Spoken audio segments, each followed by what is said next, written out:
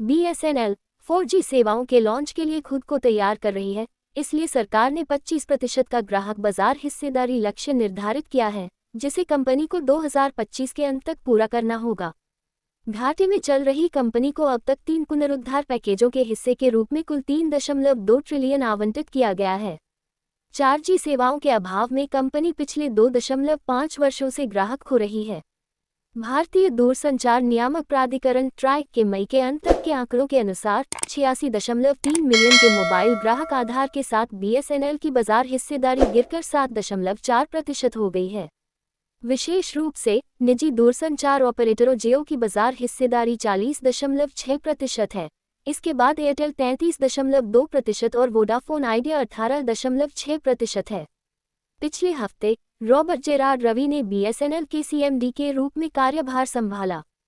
4G 5G rollout में तेजी लाने के अलावा रवि का काम ग्राहकों की कमी को रोकना और सेवाओं की गुणवत्ता में सुधार करना होगा। नए CMD, जिन्हें 6 महीने के लिए कार्यभार सौंपा गया है, ने BSNL के अधिकारियों के साथ बैठकें की हैं, जिसमें उपयोगकर्ता ऑनबोर्डिंग मुद्दों में सुधार, 4G रोलआउट को तेजी से ट्रैक करने और 5G सेवाओं के ट्रायल रन पर भी ध्यान केंद्रित किया गया है। जनवरी में BSNL के पूर्व CMD PK पुरवार ने FE को बताया कि टेलीकॉम ऑपरेटर 2024 के अंत तक 20% मोबाइल ग्राहक बाजार हिस्सेदारी का लक्ष्य बना रहा है।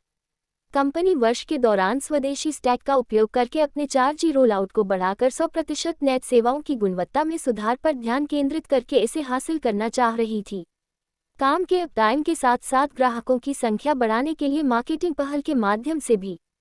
हालांकि इसे हासिल करना मुश्किल लग रहा है, क्योंकि कंपनी ने अभी तक 100,000 base transceiver station of BTS में 4G सेवाओं को व्यावसायिक रूप से शुरू नहीं किया है, एक अधिकारी ने कहा। अब तक कंपनी ने पंजाब, हिमाचल प्रदेश, यूपी पश्चिम और हरियाणा जैसे सर्किलों में 4G सेवाओं के लिए 9,000 से अधिक टावर स्थापित किए हैं। पिछले सप्ताह संचार मंत्री ज्योतिरादित्य सिंधिया ने कहा कि सरकार जल्द ही BSNL के लिए एक परियोजना प्रबंधन इकाई PMU स्थापित करेगी, जिसमें 4G तैनाती के संबंध में दूरसंचार ऑपरेटर पर दैनिक आधार पर नजर रखी जाएगी। PMU को टाटा कंसल्टेंसी सर्विसेज, तेजस नेटवर्क और C. के साथ स्थापित किया जाएगा, जिसके साथ BSNL स्वदेशी 4G नेटवर्क तैनात कर रहा है। BSNL ने टाटा कंसल को 19,000 करोड़ का ठेका दिया है। 4G नेटवर्क की तैनाती के लिए टेंसी सर्विसेज TCS, तेजस नेटवर्क्स और सरकारी स्वामित्व वाली ITI, जिसे भविष्य में 5G में अपग्रेड किया जा सकता है।